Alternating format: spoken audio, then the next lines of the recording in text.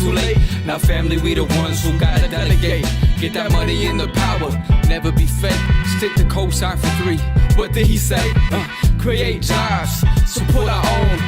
Educate the same and buy back your home. Got 3 degrees, triple 10. 3 PhDs, now we on the CNN.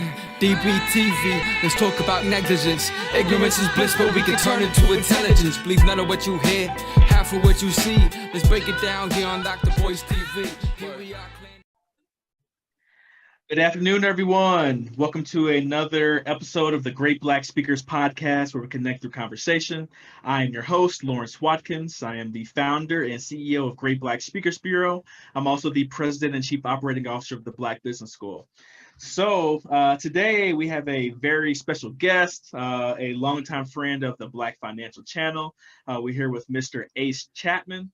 Ace is the manager of the Sleeping Beauty Fund, which is a $20 million family of funds focused on micro private equity, buying businesses that generally range under $5 million. He's also the CEO of Fiji, which is a publicly traded royalty company focused on internet-based businesses. And today we're talking about the 5 biggest opportunities for small business acquisitions during the coronavirus. So Ace, man, how are you doing today? I am good. You know, when we start talking about coming back on and chatting, I mentioned it's like, man, there's a flood of opportunities. Now is the time to talk about them because we're just coming to the end of some of the corona-related issues.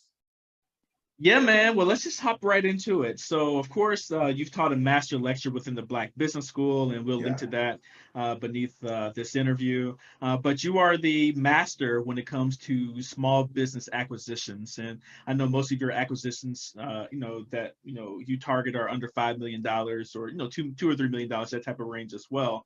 You've done a couple of interviews in the past, but today I wanted to focus on new opportunities. So what are these new opportunities, and how is I guess the coronavirus and then just what's going on with the nation in general, affecting small business acquisitions in general? Yeah, so one of the things, and I appreciate being called a master, but it makes me sound a lot smarter than I am. It's the fact that I've been doing this for 20 years. And that's one of the things that's unique about right now is that, I did my first deal at 19 and, been through 2 recessions and just have seen a lot of things. And, this is the first time that I'm seeing some of the opportunities that exist in the market to not necessarily have to buy a business. It could be getting involved with the deal. But let's start with what some of my clients are doing and some of the deals that they're working on that are really incredible. Now, this is over the course of the last 6 months, it's interesting. I was had a comment under a video on YouTube that I had done in November, and I was basically saying, hey, stay out of the market. Now isn't the time to buy a business. Multiples are really high. I'm not liking the opportunities and the selection, and so a lot of people were, just kind of surprised to hear me say that, but fast forward to now, and it is literally the opposite. It's the best that I've ever seen for business buyers in the last 6 years. So one of the things that we're seeing in the market right now is for those folks that are interested in offline businesses, buying businesses that were affected by the virus, but only buying them because there is a big opportunity that exists beyond just, okay, the business is going to start back. Because if you can buy a business that's actually going to come out bigger on the back end, then that creates a unique opportunity for you. And so I have one client that's working on a flower business. It's a business that's been around for 30 years. The owners are just kind of tired of it. And this is a place that hasn't taken advantage of delivery. And the other reason, one of the things that we've done is take a look at what are the industries that are on the biggest uptrend. And there are a lot of these lists out there where people have surveyed and looked at demand and basically said, okay, here are the top 10, top 20, even top 100 businesses that are benefiting from the trends that are basically happening because of COVID.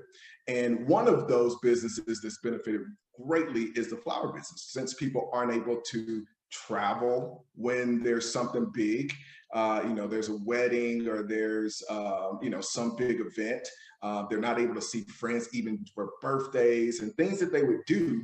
Guess what? They're sending a lot more flowers. And this business is getting a lot of those orders despite having a horrific website.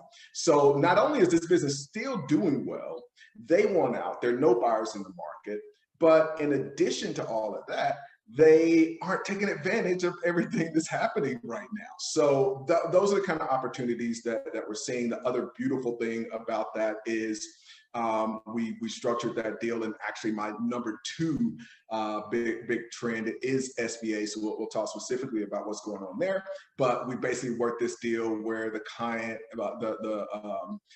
my client who's buying the business is essentially buying the business with the cash in the entity and the inventory, and essentially will have a 0 down payment in a business that generates 6 figures a year. Low 6 figures, but still generates 6 figures a year profit. Now we go to another deal, which one of the things that I love about helping clients buy businesses is that I get exposed to a lot of different types of deals, maybe deals that I personally wouldn't buy. And the main reason I do it is that I get to invest in those businesses, but sometimes just going through the process of looking at these different businesses, that is really interesting. And so one of the deals that I have a client who's, actually I won't give away the locations just because the business, but he's an African-American client and is buying a gun range. So we're looking at this gun range deal. It's an amazing deal. Comes with the assets in this business. We're basically buying the business with, again, a 6-figure cash flow. And we're getting that business for less than the real estate and the assets are actually worth. So the real estate and assets come with the business, but we're getting the business for less than everything. And in addition, and this is one of the reasons that it's just, for the last 20 years, been very surprising to me that people get so excited and obsessed with real estate, which is an amazing investment. But what if you can buy real estate and have a business that's on that real estate that's generating you the money, and the real estate just comes for free? So if you can get free real estate, so we do a lot of deals like that. Every time we do it, it's so funny to me that people go through all this trouble, obsessed, excited about buying real estate, and it's like we're just getting free real estate plus this amazing income. So that's number 1. Anything that you want to chat about there, or you want me to move on to number 2, Lawrence? Yeah, no, let's just talk about that, right? So you mentioned the flower business. You also mentioned a gun range, and those flowers and guns. Those seem like things that are on the opposite ends of the spectrum. And yeah. I just wanted to see or just think through what are, I guess, the macro types of things that are making these entities good buys, right? So like what's going on in the world, with their business model, are there similarities in their business model structures, that type of thing, that are making these, I guess, good buys for right now? Yeah, it's a couple things. We've known for years now that the baby boomers, there are 20 million of these businesses that are just small little businesses. And these baby boomers own a lot of them. And at some point they have to sell. Now, a lot of them are holding on for a really long time and haven't been interested in selling. But now it's getting to the point where with everything that's going on in the world, a lot of them are now motivated to put their business on the market and sell. Unfortunately, and this is the way everything works. It's going back to 2009 with real estate. Everybody's motivated to get rid of their real estate when it's the worst time to get rid of your real estate. So literally, it's that combination that, number one, is creating this unique opportunity, is that you have all of these business owners, some with really great businesses, some with businesses that are really kind of zombie businesses. They're still there, they're still somewhat active, but it's the walking dead. They're going to go out of business. And so we want to select those businesses that are still making money. Nothing's really changed in a major way, but there's some opportunity for growth on one end, and there's a motivated seller on the other end. So talking about that opportunity for growth, the cool thing there is when you look at what's going on in the in those two markets in particular, and that's where we're focused. So we're trying to find those deals where we look at everything that's kind of, we have people that reach out to us, and we look at all these deals, and we basically say, all right, where are the deals that are going to benefit from the changes that are happening? So I talked a little bit about the motivation and the increase. It's been a massive increase in the flower business. And at the same time, there's a whole nother set of circumstances that is really motivating people to buy guns. There are more African Americans that are getting gun licenses than ever before. And, on the other end, there are a lot of white people that are now getting guns and everything. So on both of those ends, there's an increase in demand. And so it's getting in front of that, and it's one of the reasons that I have after buying a business and then trying to start a business from scratch years later, I realized wow, the opportunity for me to buy something that's already there, that's already set up and ready to take advantage of trends. That's how you get in front of trends. If you see a trend and you say, okay, there's going to be a trend in guns and shooting ranges and selling bullets, all the ammo, all this stuff, then, and you think, okay, well, I'm going to get in front of that trend. So now I'm going to go try to find the right location. I'm going to try to get all the licenses, just the regulation. That's been something that, has been new, first time helping somebody on a deal like this. Going through that whole process. Then I finally get the lease, I get the license, I do the build out on my building, and then I get all the inventory and build those relationships with the manufacturers and hope that I as a new business, that I can get the right terms and just all of these things that you got to do. And so a year later, you're trying to get in front of a trend. It's like, no, find the person that's already ready for that trend and then negotiate an amazing deal. And that's what we're doing in both of those cases is, here's a trend, here's somebody that has everything is already put together, the right relationship. You think about that even with flowers, just what we've learned in sourcing the flowers, having good terms with the vendors on the flowers, having a database of customers, just all of those things are major deals when it comes to being able to get in front of a trend and take advantage of it. Yeah, well, let's go a little bit deeper to that in the flower perspective, and then we'll get to the number two thing, because I think this is a very important learning point for everyone who is watching as well. What I want to speak on is, so you have this flower company that you purchased, whatever, and the demand was already building even before you were purchasing this particular company, but for just certain reasons they couldn't really take advantage of that demand because of whether it be technology or distribution or something like that, right?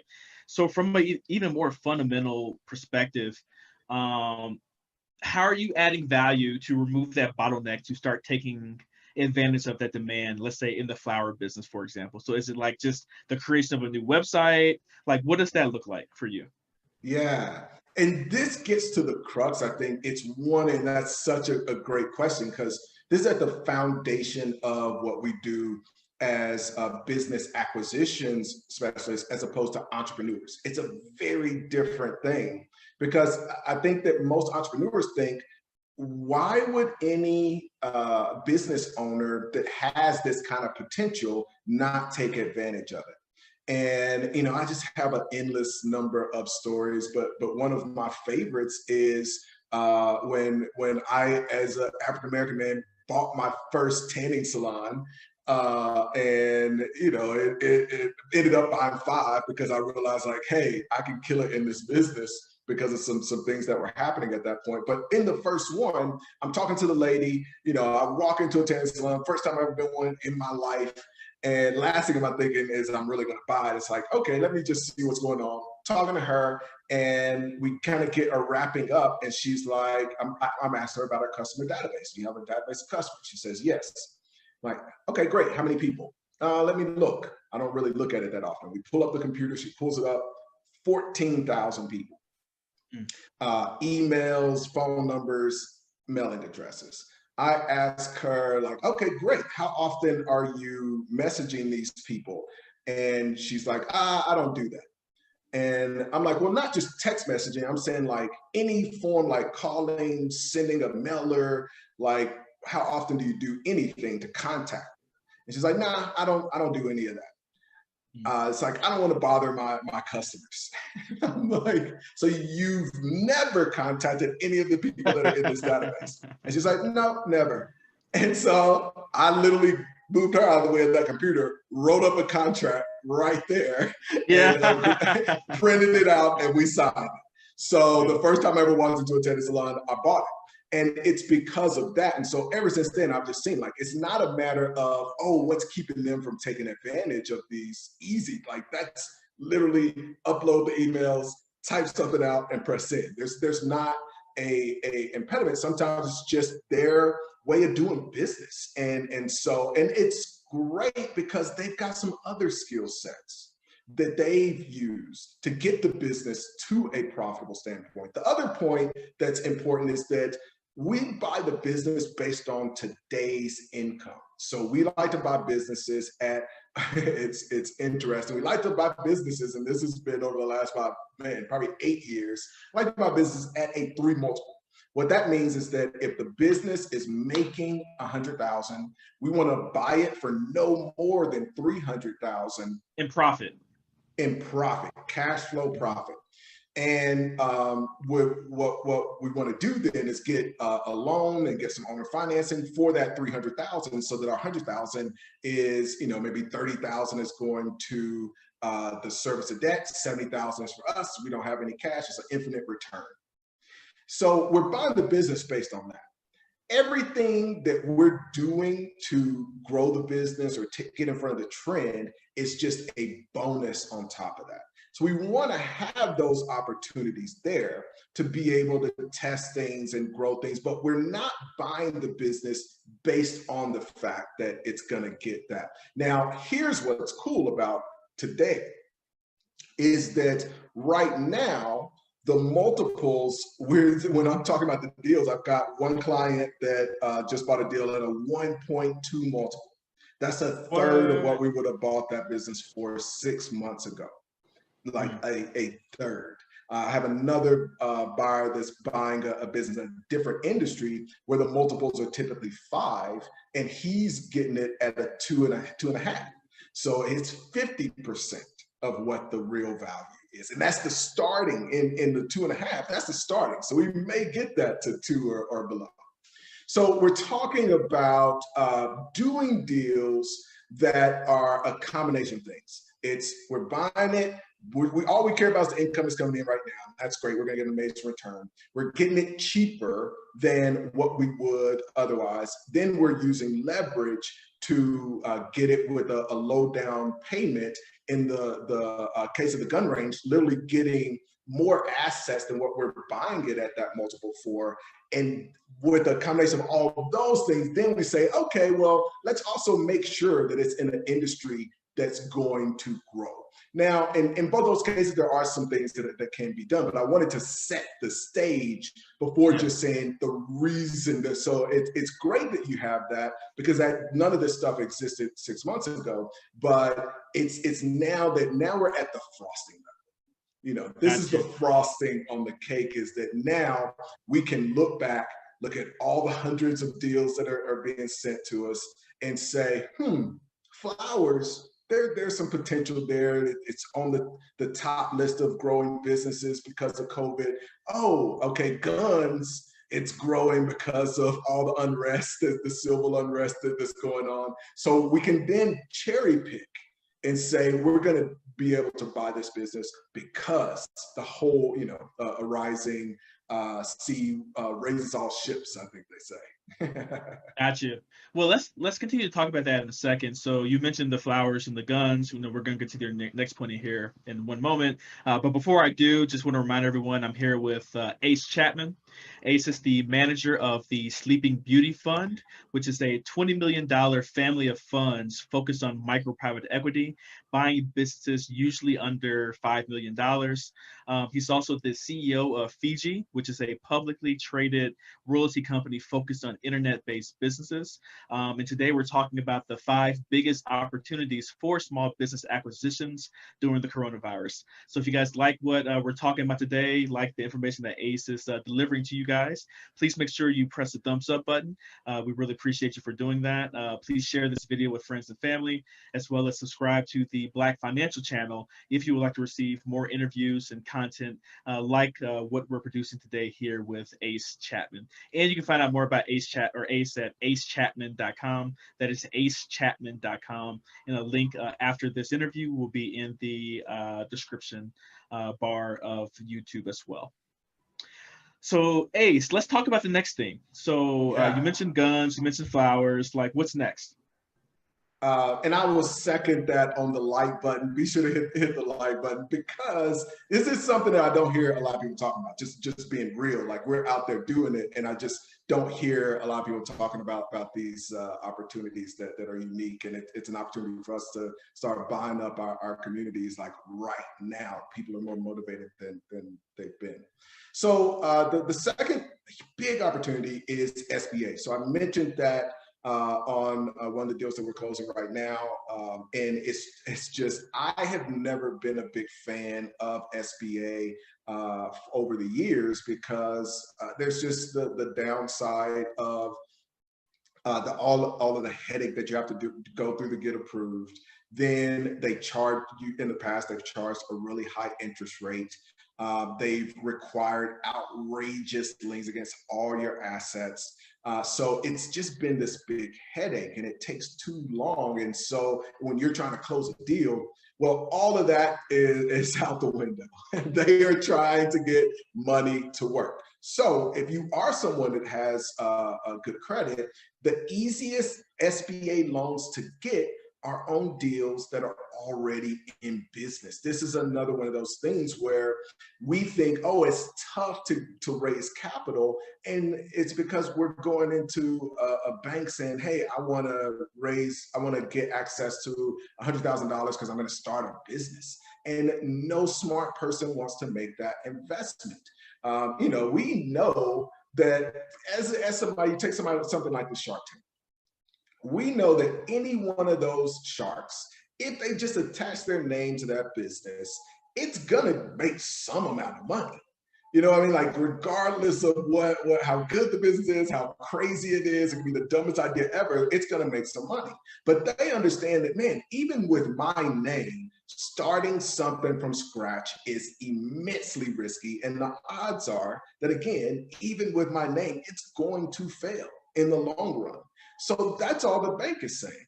And so when you say, hey, I know that majority of businesses fail, but I've got one that has made it for 20 years in the case of the flower business, made it for 28 years in the case of the gun business. It's been around. It's going to continue to make money. It's got customers. All that stuff is there. It made it through what I call the entrepreneurial gauntlet. And the entrepreneurial gauntlet is what most businesses have to go through, and most of them don't make it through. So when you bring a deal like that to the bank, they want to make the SBA loans because they make money and it's insured by the government, essentially. So they want to do those loans, but they don't want to do them and lose money. They want to do them and make money. And so what you can do as somebody who's bringing in a deal to them is say, hey, I got what you're looking for. Like, I got the goal that you're looking for. And it's a business, been in business for 20 years. here are my plans to grow beyond even what it's doing right now. And that's where some of these other things I'm talking about, the trends and bringing technology into the business and promoting it online and all that stuff, that gets a bank excited. It's like, okay, you've got this foundation, and then you're going to build this stuff on top, and it's been making, $200,000 a year for the last 10 years. Like, this is an easy loan for us to agree on. And so when you add that last kicker to boot, and it's that, oh, and by the way, this gun range comes with $1.5 million property that I'm getting for free, essentially. You don't have to do a lot of work to get access to the money. So getting these deals and going to SBA is the big opportunity right now. Now, does PPP or EIDL, do those fit into this in any type of way, it's coronavirus specifically, or is that just like a flash in the pan type of thing? No, there are some opportunities for the folks that are already in business, and I'll actually talk about that a little bit in number 4. Okay, cool. Let's get to the next one. Cool. So number 3 are internet businesses. When it comes to internet businesses, that was what I was focused on back in November when I was saying, hey, there aren't many opportunities. I'd be very careful. There's a lot of crap coming onto the market. There's a whole bunch of demand, a whole bunch of money, and very little really good deals. Well, that's changed. And when I'm talking about the multiples of those two deals that I mentioned, what we're seeing right now is an influx of people reaching out to us to buy their business, whereas that just wasn't happening 6 months ago. So we're doing a lot more deals, and we're getting those deals at a lower multiple. And one of the big opportunities there, I'm sure everybody heard, and I know you heard about Joe Rogan's deal and him getting $100 million to license his podcast. Well, one of the things that excites me about that is that when we do these deals, there are all these other assets that come along with it. We bought a business a few months ago that has a few hundred thousand followers on Instagram, has about 500,000 in a group on Facebook. And so these are separate assets that most of the time when we're buying the business, that business owner is really just focused on monetizing it to grow their business. Well, what we're starting to do is make these are capable of being their own businesses. So almost like you would do in a breakup when you're doing M&A deals or larger private equity deals, it's splitting these assets up so that they become their own things that are their own business. So yeah, they'll promote for the parent company, but why not go out and promote for other businesses? Why not even partner with smaller businesses and take equity in those businesses in exchange for partnering and starting to promote them on a consistent basis? So it's not just a flash in the pan kind of thing. When it comes to the Facebook group, same thing, building it like it's been interesting. One of the things that we've done is we've pulled up the people that were the most active in those groups, and we've made them the managers, and we've actually empowered them to say, hey, we want a certain amount of promotion that's going to come from the parent company, but guess what?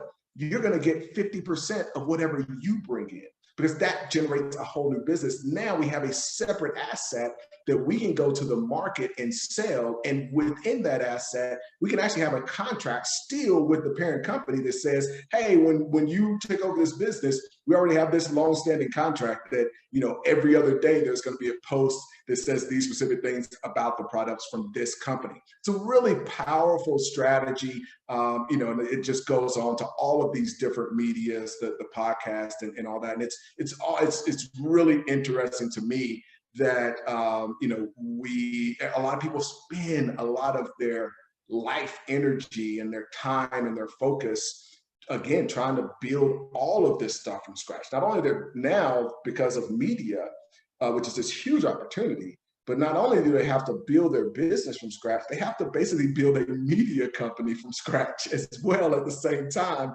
And it's difficult, no matter how easy people try to make it look on Instagram. The great majority of people are failing miserably at that process. How difficult is it to spin off a piece of a technology business that has been a part of another business before? It depends if you want to sell it. So for us right now, actually, we just did a deal between two businesses that are within kind of my ecosystem. So I have a business that was bought by a client, and I helped him buy that business.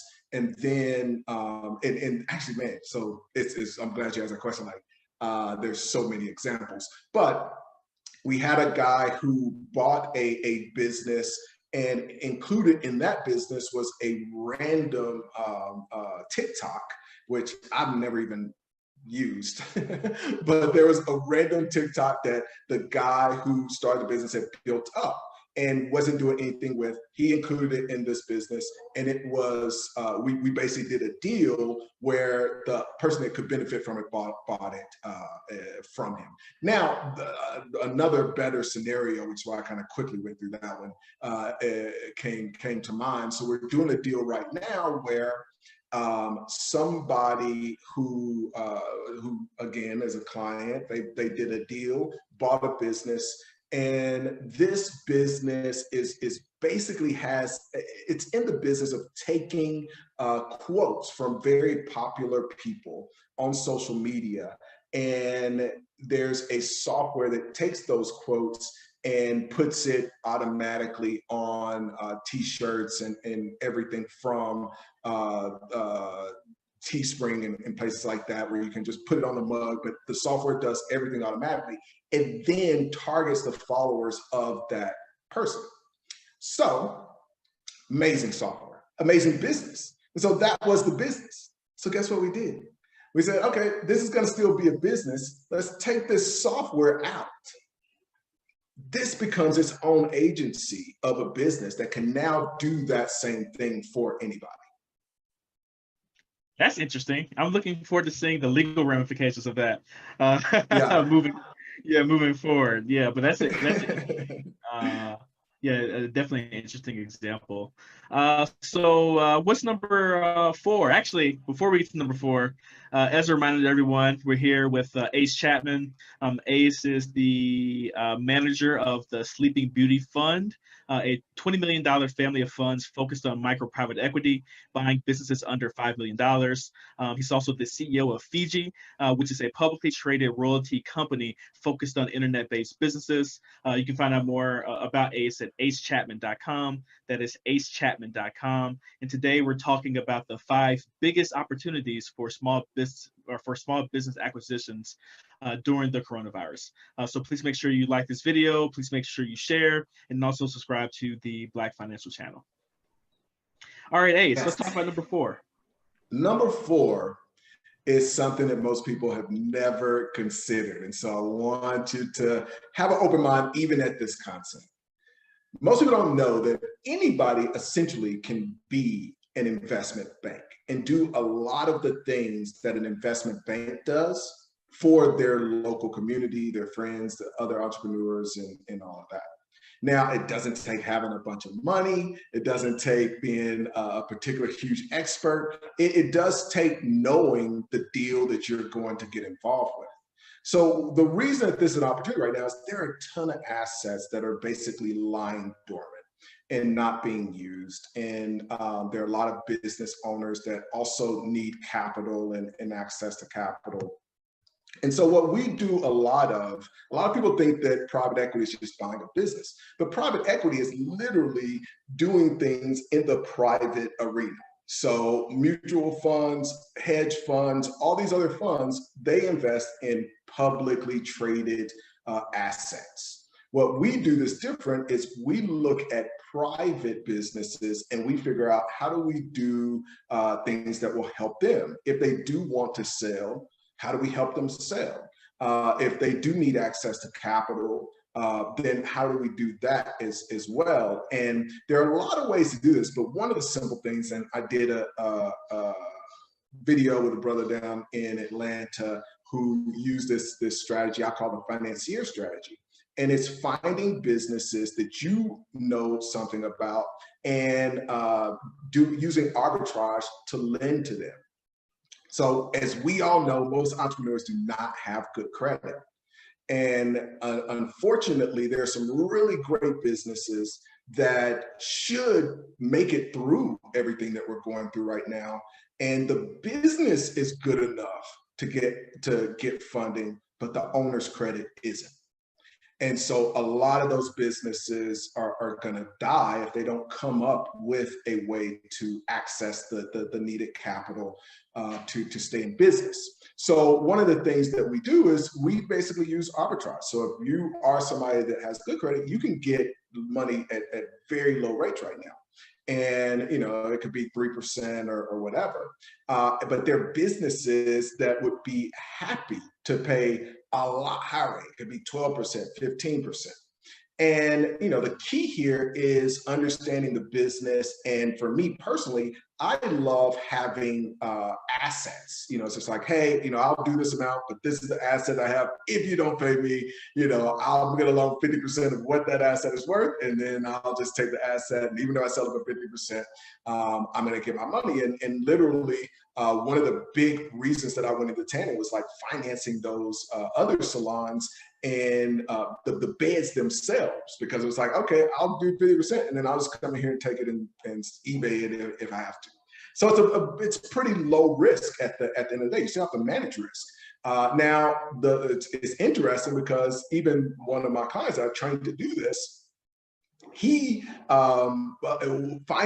he's an expert at online webinars, and he started financing webinars essentially where he had an agency that could do the Facebook marketing.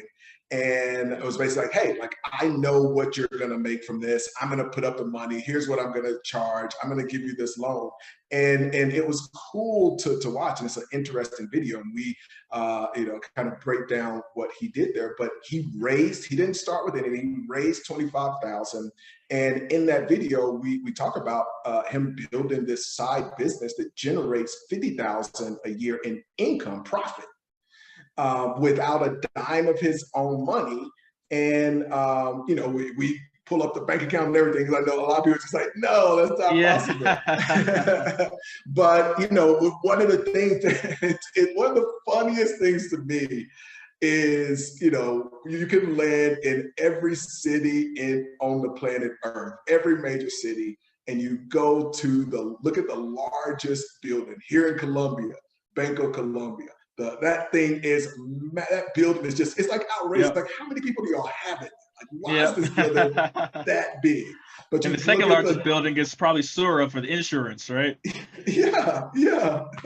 So you look at the tallest, biggest buildings, and it's going to be these banks. And so there's a reason that that's the case, is that banking is very profitable. And kind of one of the interesting things that we do with those is, and again, I would just encourage going through and you can watch a lot of details on the video. I think this strategy gets the right people, like, they really get excited about this.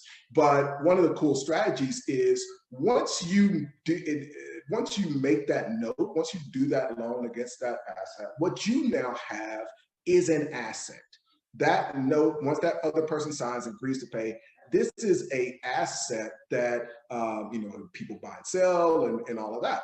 So you can go and actually borrow again against that and raise capital against that note at a low rate, because those people are protected by the original, and they're getting some money from the other person. So you can borrow again against that note and have that original $25,000 end up turning into $150,000 through that kind of mechanism. It's a very cool strategy. There's a lot more when you talk about being an investment bank. I've done a lot of different deals. I've financed a van for a locksmith, a very cool locksmith, interesting company.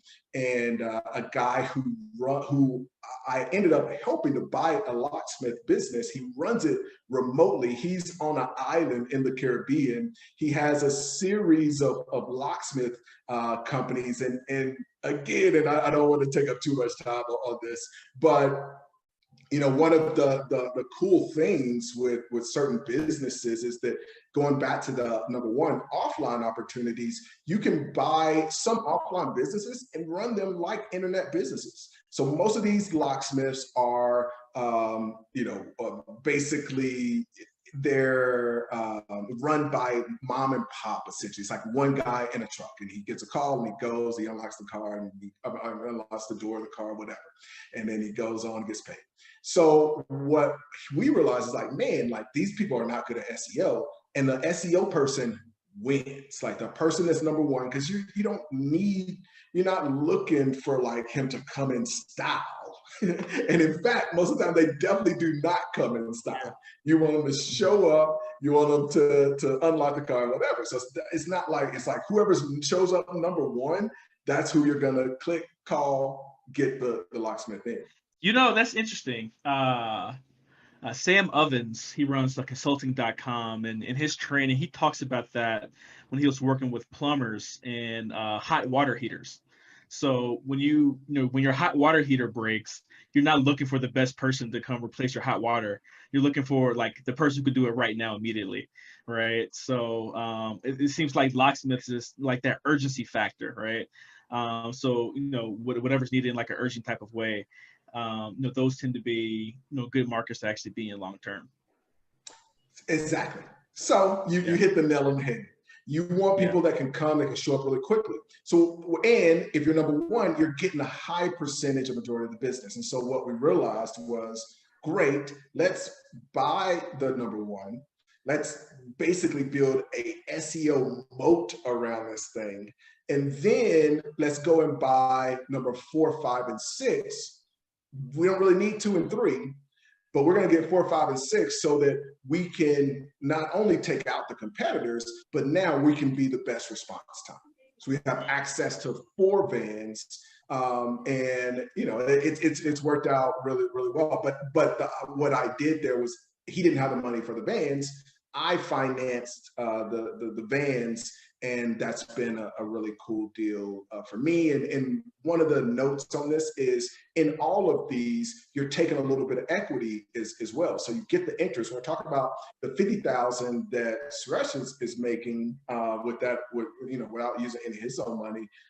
In addition to that, you negotiate to get some equity long term. So you're building your long-term wealth, building your legacy, building something that you can pass down, and you're getting some cash today. So very neat strategy that is an opportunity in the market we're in right now. That's number 4. Okay, well, let's get number 5. Yeah, so I actually had to just push back my meeting 5 minutes because I really wanted us to finish this. Let's talk about number 5. So, let's talk about that though. So what's the 5th thing? So the 5th thing is flipping these businesses. So you may be somebody that doesn't want to own the business, but you can still benefit from finding these deals and then connecting them with other people that want to buy those businesses. Now it's kind of being like a bird dog, and the big opportunity there. I have a friend that's doing this in Canada, where there are these entrepreneur groups, and there are the startup communities, and all of these folks that want to start a business. So he gathers these opportunities, and then he brings them to those groups, and basically says, hey, like, here's this business, take your ideas and bring those ideas to grow these business. And then he understands the deal making aspect of structuring the deal, getting both sides happy, getting both sides comfortable. He takes a little piece out of it in some cases, or gets paid by the person that's buying it for the intro, but it creates a nice little paycheck for him. The other one is consulting for equity, where you can go into some of these businesses, like in the flower case, instead of, let's say they didn't necessarily want to sell, a big opportunity for anybody with one of these 60-year-old women who owns a flower business in your community, just to go to that business and say, hey, there's a lot that we can be doing online. There's some unique things that we can do. We can, one of the concepts that I'll give you guys for free here is on Facebook, you can target people based on their birthday. You should be targeting in that city everybody on that birthday, ahead of the birthday, to say, hey, like, we'll send out a flower for free. We just want your info. Or if you come by the store once that opens, and we've got your flower here for free, and that gets that traffic in there, gets them to know the business and the cost of flowers. Just not, you're basically giving them the flower that you're probably going to throw out anyway. So these kinds of things are really powerful. Last thing that's kind of in this world is joint venturing. Got a awesome brother who just retired, and shout out to Curtis, did a deal that was basically a triangulation. So he found a business that has some opportunities, and this is almost like the consulting for equity, minus the fact that, hey, he's not an internet expert. He's never done, he's an older dude, awesome, but he's an older cat, and it's like, man, I don't know any of this stuff. But he saw the opportunity, he knew, okay, this is an amazing opportunity if I can find the right person that can do the marketing. And he couldn't do it, so he got a certain deal with this person with a certain amount of equity. Like, if I can help you reach this milestone, what will you give me? Then he found the person who had experience and could do it, and negotiated with that person. It's like, oh, I'll give you this portion of what I'm getting if you hit this milestone. Kind of snuck three in there on that. Yeah, no, yeah, that's great, man. So as a reminder, everyone, today we've been talking with Ace Chapman. Ace is the manager of Sleeping Beauty Fund, a $20 million family of funds focused on micro private equity, buying business under the $5 million mark. He's also the CEO of Fiji, which is a publicly traded royalty company focused on internet-based businesses. Today, he's talked about 5 different things, really 6. So he gave us a bonus. So the first one was go where the demand is. So he was talking about things like flowers and also firearms. The second is look into your SBA loans in terms of that being a unique opportunity when it comes to buying businesses, small businesses. The third is to look into the technology sector.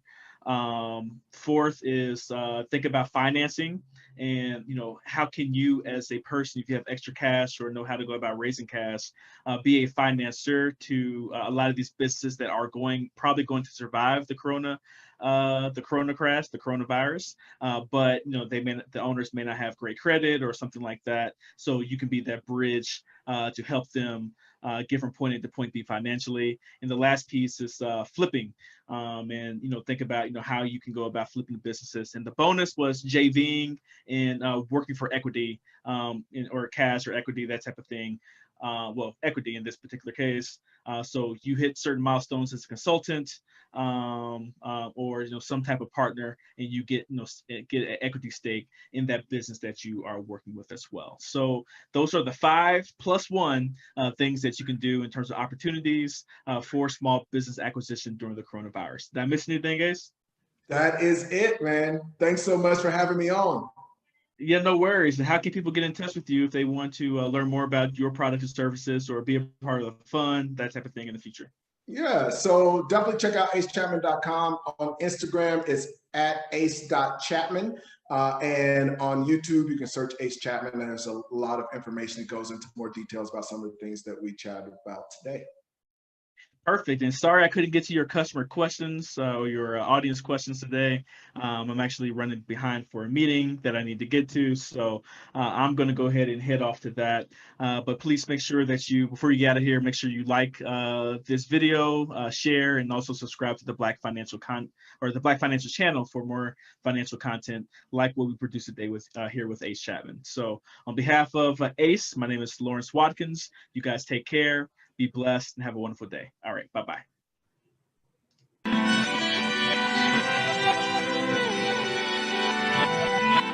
Here we are, clan the isms, cataclysm great. Our people out here struggling, trying to make it in this state.